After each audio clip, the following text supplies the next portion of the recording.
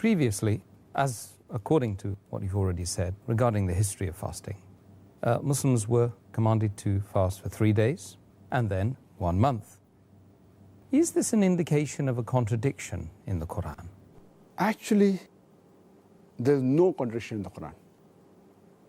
Allah says in the Qur'an, in Surah Nisa, chapter number 4, verse number 82, أَفَلَا يَتَدَبَّرُونَ الْقُرْآنَ وَلَوْ كَانَ مِنْ عِنْدِ غَيْرِ اللَّهِ لَوَجَدُوا فِيهِ اخْتِلَافًا كَثِيرًا.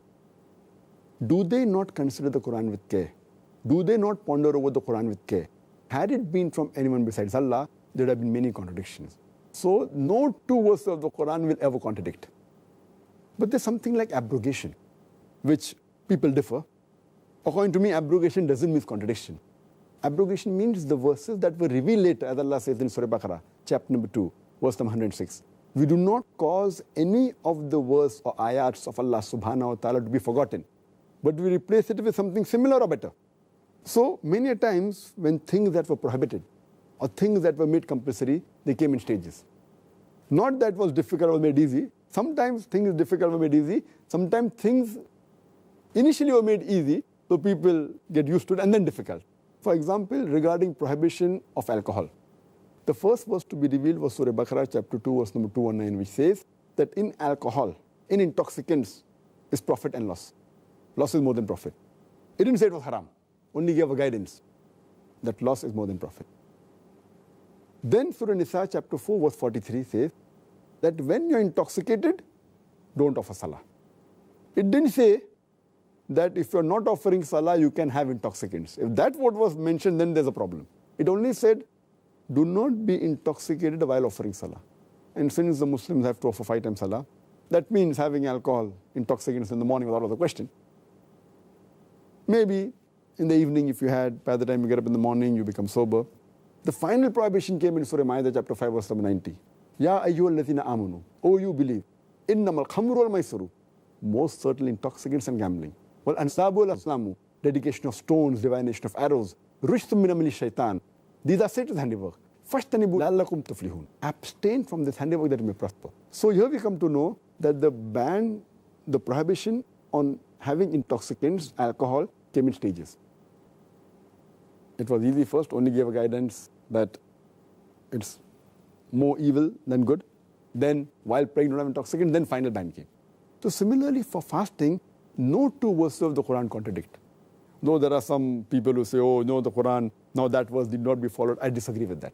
Abrogation doesn't mean a contradiction. Abrogation means the last verse of Surah Ma'idah, chapter 5, verse number 90, includes the first two verses.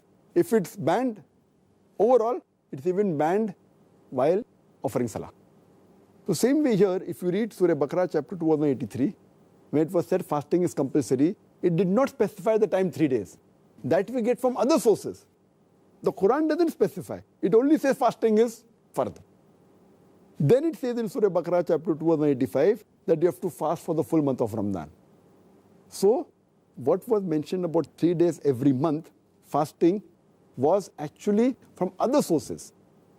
If it was mentioned in the Quran that you have to fast for 3 days, and then it says after that fast for full month, then there's a contradiction. Furthermore, previously, it was said, again in Surah Baqarah chapter 2, verse 184, that you have to fast, but those who cannot fast, or those who can fast with difficulties, they have two options. Either fast or feed a person who's poor, who's indigent. So that time, it was not fard. If it's difficult for you to fast, yet you can fast, or you can feed a poor person, but fasting is better, but not fard. Now this was for general. But afterwards, when the verse of Surah Baqarah chapter 2, verse 185 was revealed, then it became fard for everyone. Now this verse refers to those people who are ill, terminally ill, or they're very elderly people. That means mentally they are fine, but physically they cannot fast in their life. So if you're ill, terminally ill means ill for a long period and your health may not get fine. Or if you're so elderly which you cannot fast and every year you'll keep on getting more and more old. So here it says, if you can fast with difficulty, fine. Otherwise, feed someone indigent, a poor person. Similarly, as far as having sexual intercourse, previously the rule was you should not have sexual intercourse in the full month of Ramadan, whether day or night. But this is not mentioned in the Quran. The Qur'an only says fast in the month of Ramadan. This we get from the other sources. The Qur'an is not contradicting. It is actually first fasting 3 days was in fact easier.